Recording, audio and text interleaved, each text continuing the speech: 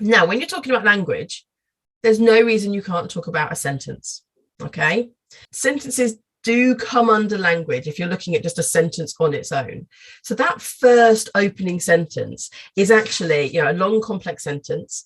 It really is giving us that sense of the never-ending storm. Okay, so the very opening sentence is suggesting to us that it continues. It's going on and on and on, and it's leaving almost like chaos and destruction in its wake. Okay, so we could have looked at that long, complex sentence because the other ones aren't as long. And actually, they're not complex.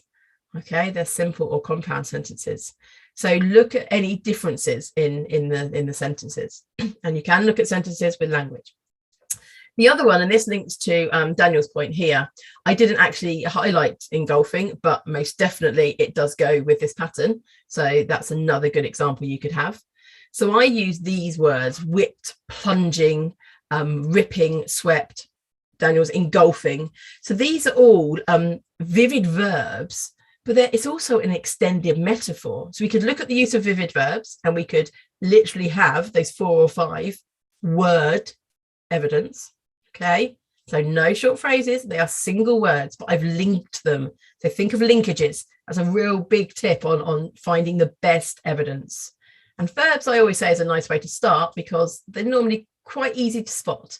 Okay, there's always going to be some doing words in a piece of writing because there has to be in a sentence to make it make sense.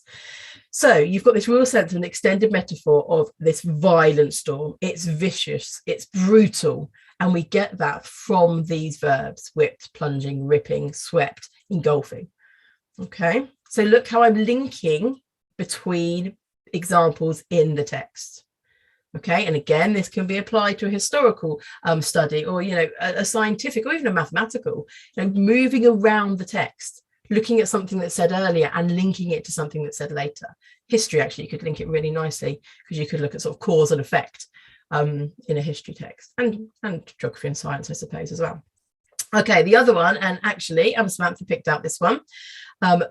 Blinding fury of driving snow. And Samantha actually had the better quote because she zoomed in even more and just looked at blinding fury. So the idea of using no more than like 4 or 5 words. Okay, your evidence should never be more than 4 or 5 words.